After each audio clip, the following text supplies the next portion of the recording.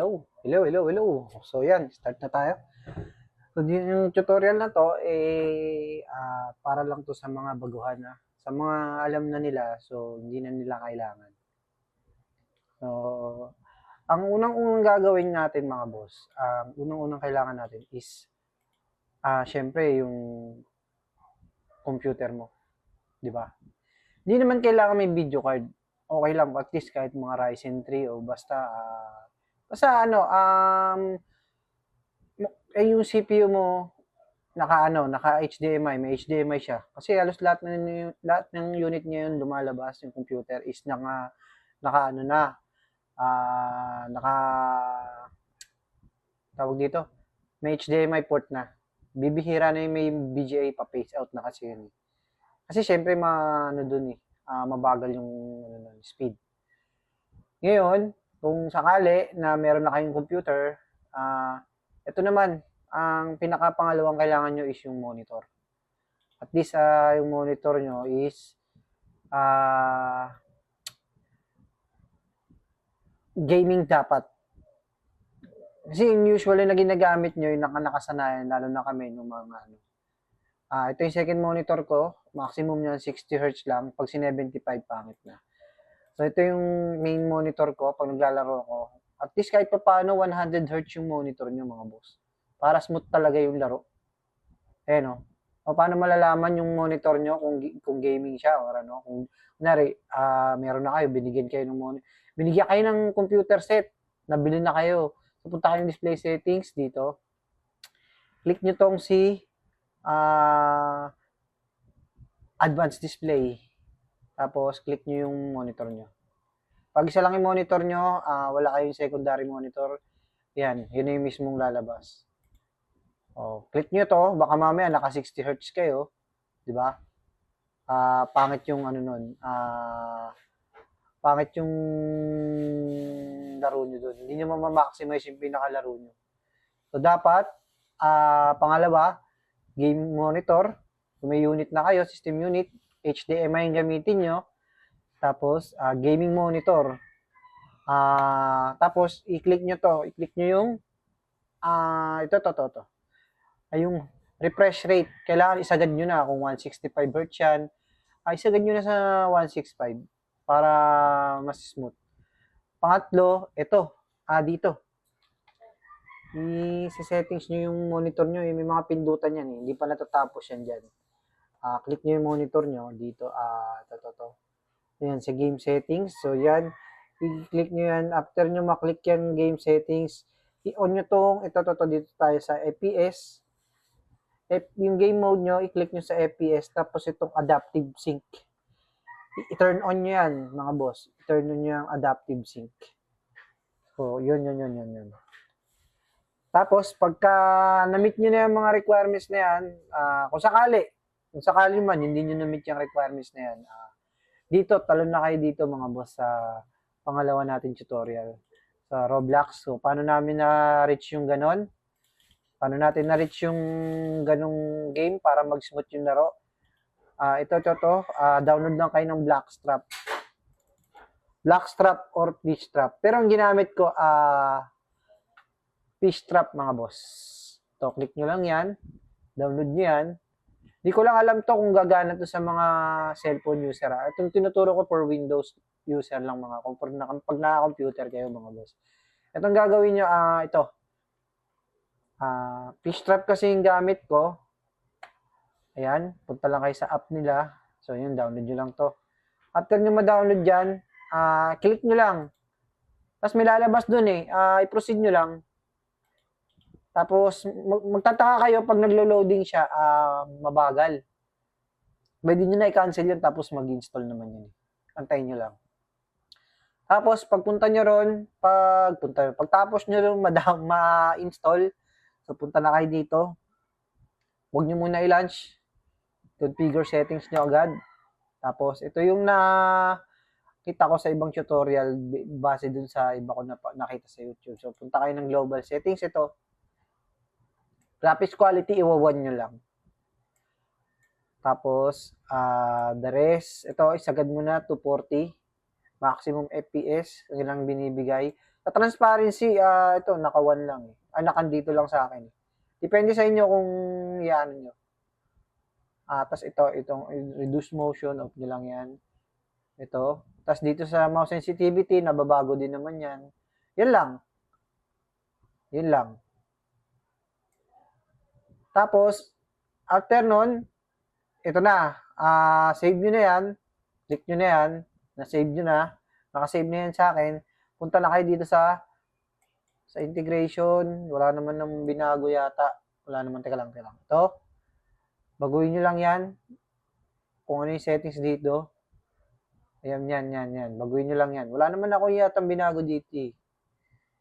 Yan kasi nakita ko sa tutorial din doon. Tapos, sa bootstrapper, wala din naman akong binago dito. Puro doon lang. Sa mods, yan, wala na tayong binago dyan. Dito lang tayo sa global settings pumunta. Tapos, itong graphics quality, sinagad ko lang ng 1. Tapos, FPS, 240, yan yung maximum niya. The rest, wala na. Tapos, punta na kayo agad ng pass flag. Sa pass flag, kung paano gagawin dyan, pupunta lang kayo dito. After nyo punta ng pass flag, punta kayo dito sa pass flag editor. Ito. Pass flag editor. Tapos, after nyan, punta kayo dito sa add new. Tapos, import JSON. Yung pass flag, mga boss, paano nyo makukuha yan? Add nyo ako dito sa ito. Message nyo lang ako dito sa Facebook, Facebook channel natin dito. Dito sa Hako Place. Message nyo lang ako, mga boss. Message nyo ako dito sa ating Facebook channel, mga boss. Dito kasi sa YouTube, wala kasing hindi ko naman pwedeng yan sa chat eh, kasi baka, diba? Ito po yung pass flag ko, notepad. Ito. Ganyan lang kakonti. After nun, na-message nyo ako, bibigyan ko kayong copy ng pass flag, i-paste nyo lang dito sa, tapos okay nyo lang, okay. Tapos launch nyo na yung fish trap. So, sample ng pagkakaiba ng naka-pass flag, ganito. Ito, Roblox. So, kapag maglalaro lang kayo ng rivals, gamitin nyo yung fish trap na naka-pass flag. Pero kapag maglalaro kayo ng iba, like ng mga gusto nyo, tinataasan yung graphics quality, lipat kayo ng ng Roblox player mismo.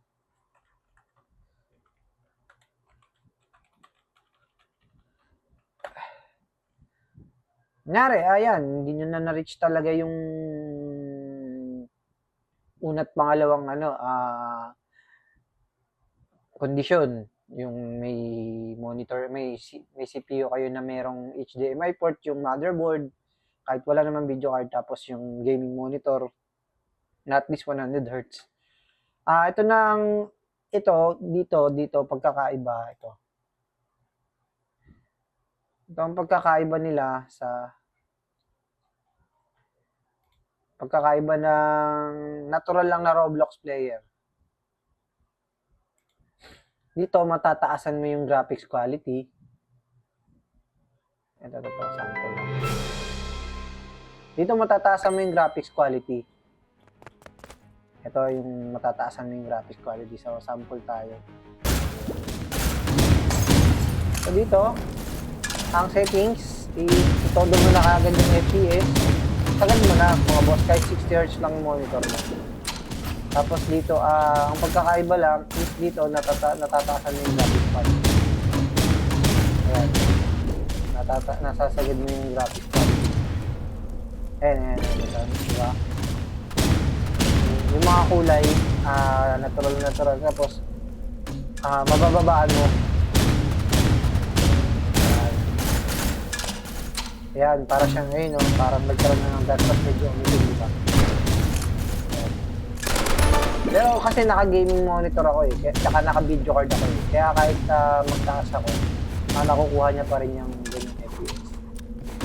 Kung wala kayong video card, gawin nyo na to. Ito na, dito punta tayo ng fish trap. Ito. Punta tayo ng fish trap. Buksan natin itong fish trap. Naka-pass plug na yan, mga boss . Launch Roblox lang, yes nyo lang.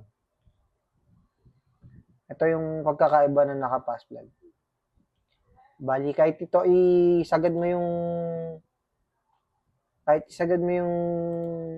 graphics niya. Hindi siya tawag dito. Kahit sagad mo yung graphics niya, i-todo mo, hindi siya matataasan. Ito siya. Mapapansin nyo, nakaitim siya. Ito. Kasi ito. Graphics quality niya, kahit sagad mo, hindi yan nagbabago. Ganun at ganun pa rin. Walang nagbago. So ngayon, ang pinaka-natural na niyan, babaan mo na lang. Tapos, dito, check nyo yung FPS nyo kung nakasagad. Tapos, ayan. Yan. Tapos, testing natin to. Testing natin sa game. Ayan, accept natin to. Testing natin to sa game.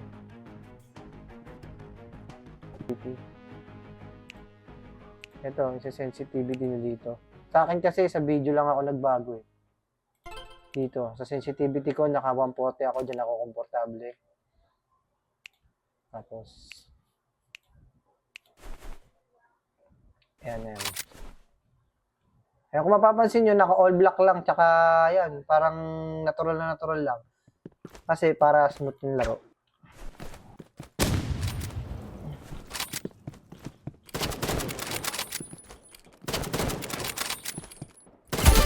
Yan, di ba? 48 yung level ko, kalabang ko level 100, naka-computer din. Kasi dito, malaking tulong kasi pag smooth kasi yung gamit mong PC.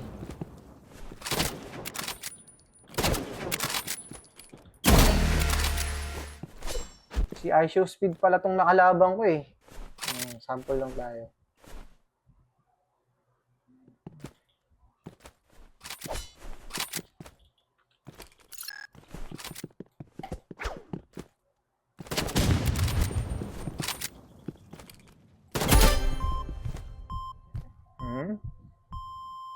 Nagto 227, 223, 38 ako.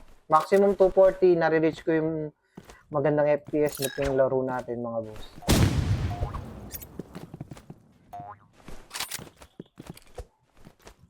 Kahit di ako ganun kagaling sa Roblox, natutulungan yung laro natin.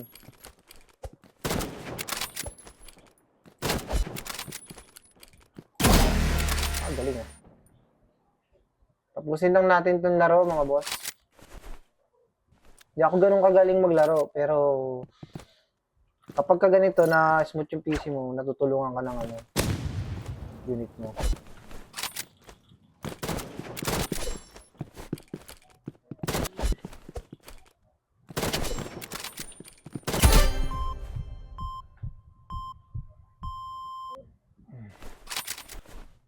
iShowSpeed eh, oh.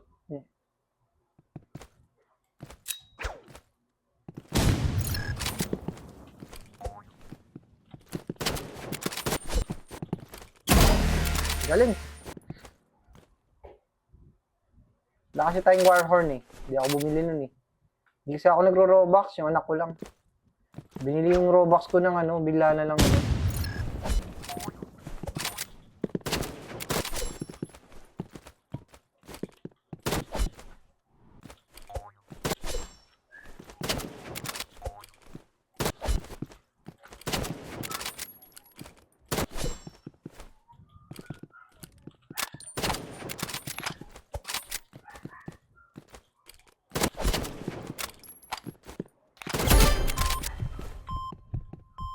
demo ko lang na natin na natalo natin si iShowSpeed.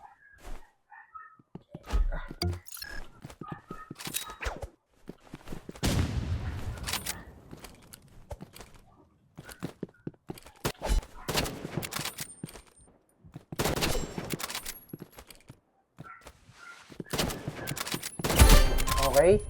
Ayan na mga boss ha. Hindi naman ako malakas maglaro. Yan lang. Yan lang ang ating demo. Kung napansin nyo, yung natin, yung mga blocks natin, parang naka-dark. Mas maganda kasi nakikita natin yung kalaban natin agad. Tapos mas nare-reach natin, nagto-250, naglalagpas pa tayo ng FPS. Tapos ang maganda syempre, kung maganda rin yung internet provider mo. So ngayon kasi gabi, hindi naman peak hours, naka-PLDT tayo, kaya maganda rin binibigay na internet sa atin. So yan mga boss, diba? Yun lang yung tutorial ko para sa inyo. Na-apply naman to sa lahat ng games mga boss. Pag di mo lang na-reach yung maximum na yung dalawang condition, yung PC mo tapos yung gaming monitor, punta ka na lang kagad sa tutorial, download mo yung P-Strap or Blackstrap, tapos apply mo yung settings ko, tapos yung passplug, hingi kayo sa akin sa Facebook. Chat nyo ako sa Facebook mga boss. So yun lang mga boss, sana na gustuhan nyo yung tutorial ko. Libre ko naman itong binibigay mga boss, wala tayong bayad. Maraming salamat. So, yun lang ang ating content for today. So, sana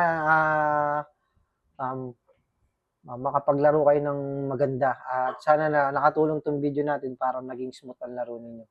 Yun lang po mga boss. Salamat.